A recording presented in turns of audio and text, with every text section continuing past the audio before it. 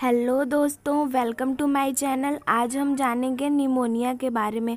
ठीक है, तो सबसे पहले हम देखते हैं निमोनिया का definition. Pneumonia is defined as a inflammation of lung parenchyma caused by an living infectious agent. जो हमारे लंग पैरेन्काइमा पहले जानते हैं किसको बोलते हैं।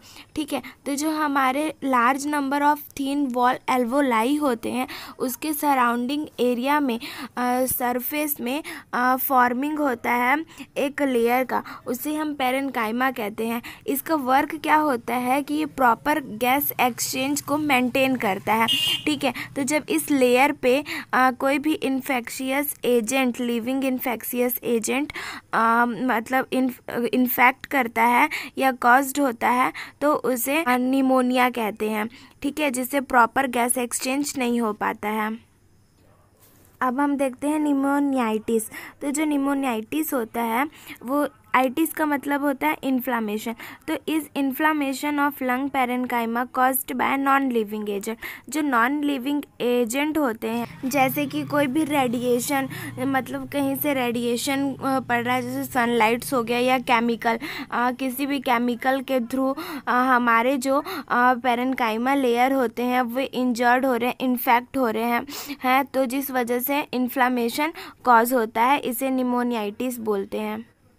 यहाँ आप देख सकते हैं जो नॉर्मल एल्वोलाई हैं उनमें किसी भी तरह का इन्फेक्शन या म्यूकस का कलेक्शन नहीं हुआ है, और जो निमोनिया है उसमें किस तरह से म्यूकस का कलेक्शन हो चुका है जिससे प्रॉपर गैस एक्सचेंज नहीं हो पाता है।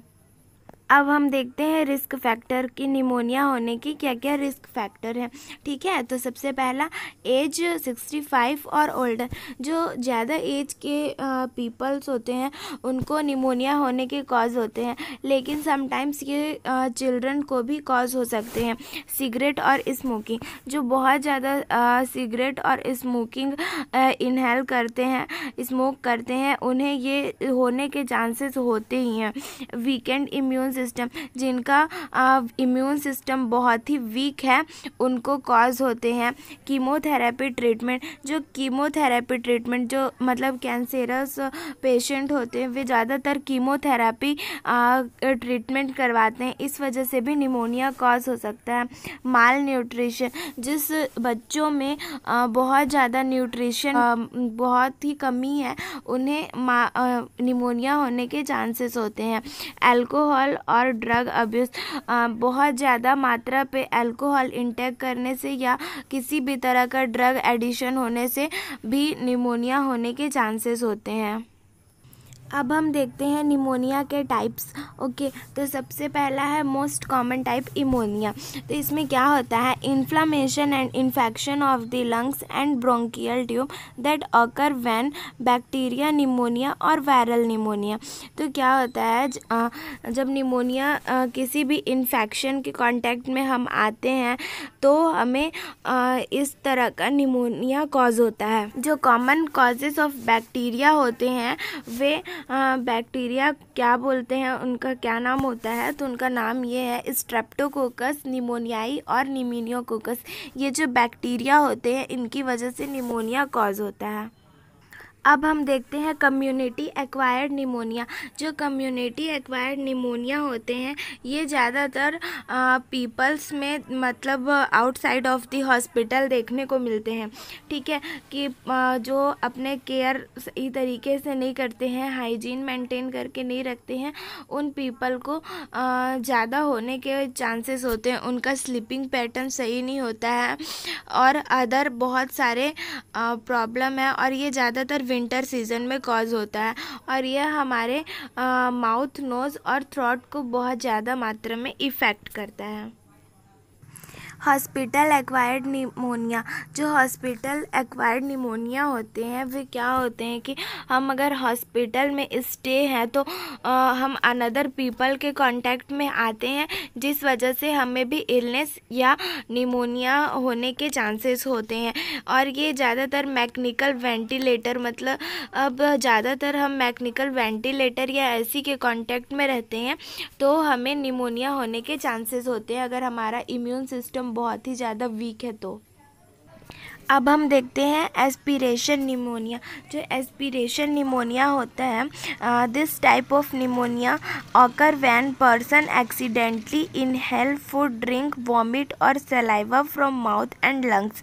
तो क्या होता है इसमें, हम सडनली फूड या ड्रिंक इनटेक करते हैं या फिर अचानक से वॉमिटिंग हो जाती है, तो जो सलाइवा होते हैं वे क्या होते हैं, हमारे माउथ से हमारे लंग्स की तरफ चले जाते हैं। तो इस वजह से भी निमोनिया होने के चांसेस होते हैं, क्योंकि जो गैस का रिफ्लेक्स होता है वो डिस्टर्ब हो जाता है। उसमें मतलब सही तरीके से जब सलाइवा हमारे लंग्स में जाएगा तो सही तरीके से गैस एक्सचेंज नहीं हो पाएगा, जिस वजह से निमोनिया होने के चांसेस होते हैं। और ये स्वॉलोइंग प्रॉब्लम्स या ब्रेन इंजरी की वजह से भी हो सकते हैं एस्पिरेशन निमोनिया। अब हम देखते हैं पैथोफिजियोलॉजी ऑफ निमोनिया। ठीक है, तो सबसे पहला है ड्यू टू इटियोलॉजिकल फैक्टर। हमने इससे पहले देखा था क्या क्या इटियोलॉजिकल फैक्टर है। ठीक है, infection agent inter and multiply in the lungs. जो इन्फेक्शन एजेंट होते हैं वे क्या होते हैं, हमारे लंग्स में इंटर करते हैं। ठीक है, और वहाँ पे जाके वे बहुत ज़्यादा अमाउंट में मल्टीप्लाई होने लगते, ग्रोथ होने लगते हैं। ठीक है, micro organism multiply and they release toxin substance. जब माइक्रो ऑर्गेनिज्म मल्टीप्लाई होंगे तो वे बहुत सारे टॉक्सिन सब्सटेंस रिलीज करेंगे, जिस वजह से हमारे जो बॉडी में जो एंटीबॉडी रिस्पॉन्स होगा, एंटी इन्फ्लामेटरी रिस्पॉन्स होगा हमारे बॉडी में लंग टिश्यूज़ में। ठीक है, तो जब हमारे टिश्यू में एंटी इन्फ्लामेटरी रिस्पॉन्स होगा तो क्या होगा कि जो हमारे म्यूकस लेयर है या हमारे जो एल्वोलर मेम्ब्रेन है वे क्या होंगे, डैमेज हो जाएंगे। ठीक है, जब ये डैमेज होंगे तो हमारे जो क्या होगा कि वहाँ पे एडिमा कॉज होगा और प्रॉपर अमाउंट में गैस का एक्सचेंज नहीं हो पाएगा। और क्या होगा, reduce the surface area available for exchange of carbon dioxide and oxygen. तो क्या होगा, जो हमारे सरफेस पेरेन्काइमल लेयर होंगे उसमें क्या होगा कि कार्बन डाइऑक्साइड और ऑक्सीजन का प्रॉपर गैस एक्सचेंज नहीं हो पाएगा। Some bacteria also caused necrosis lung tissues. और कुछ बैक्टीरिया की वजह से जो हमारे लंग टिश्यूज़ होंगे वे क्या होंगे, नेक्रोसिस हो जाएंगे, वहाँ पे सही अमाउंट में ब्लड नहीं पहुंच पाएगा या गैस प्रॉपर ऑक्सीजन नहीं पहुंचेगा, तो वे नेक्रोस होंगे, डैमेज होंगे। और इंक्रीज प्रोडक्शन ऑफ स्पूटम, और बहुत ज़्यादा अमाउंट में स्पूटम का प्रोडक्शन होगा, और यही सब कारण निमोनिया को कॉज करता है। अब हम देखते हैं डायग्नोस्टिक टेस्ट। तो हम चेस्ट एक्सरे करा सकते हैं, जिसमें हमारे चेस्ट में अगर कोई डैमेज है तो वो पता लग सकता है। ब्लड टेस्ट करा सकते हैं, क्योंकि ब्लड टेस्ट में जो स्ट्रेप्टोकोकस निमोनियाई है और निमोनियोकोकस बैक्टीरिया है उनका पता इजीली चल सकता है। हम ब्रोंकोस्कोपी करा सकते हैं। इसमें हम क्या करते हैं कि एक ट्यूब इंसर्ट करते हैं हमारे लंग्स में, और जो डायरेक्ट एग्जामिन करता है हमारे एयरवे को, जिससे हम पता लगा सकते हैं कि कोई बैक्टीरिया इन्फेक्शन है या नहीं है। ठीक है, अब स्पूटम कल्चर करते हैं हम। जिस पेशेंट को भी निमोनिया कॉज हो चुका है, हम उनका डायग्नोस्ट करने के लिए क्या करेंगे, उनका स्पूटम लेंगे और उनके स्पूटम को टेस्ट करेंगे कि उसमें कोई बैक्टीरिया है या नहीं है। ठीक है, पल्स ऑक्सीमेट्री, हम पल्स ऑक्सीमेट्री कर सकते हैं।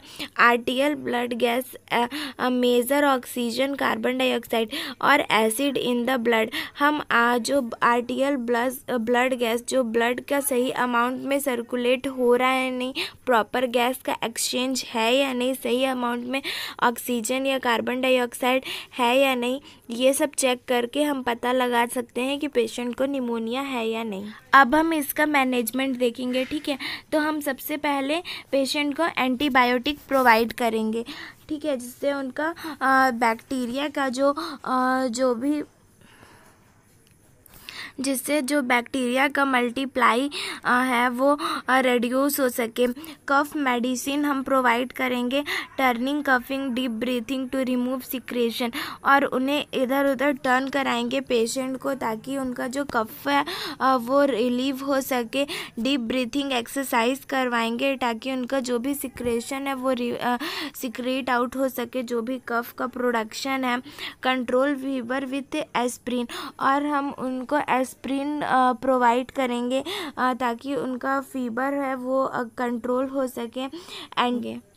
एंटी इन्फ्लामेटरी ड्रग में हम नॉन स्टेरॉयडल इन्फ्लामेटरी ड्रग देंगे।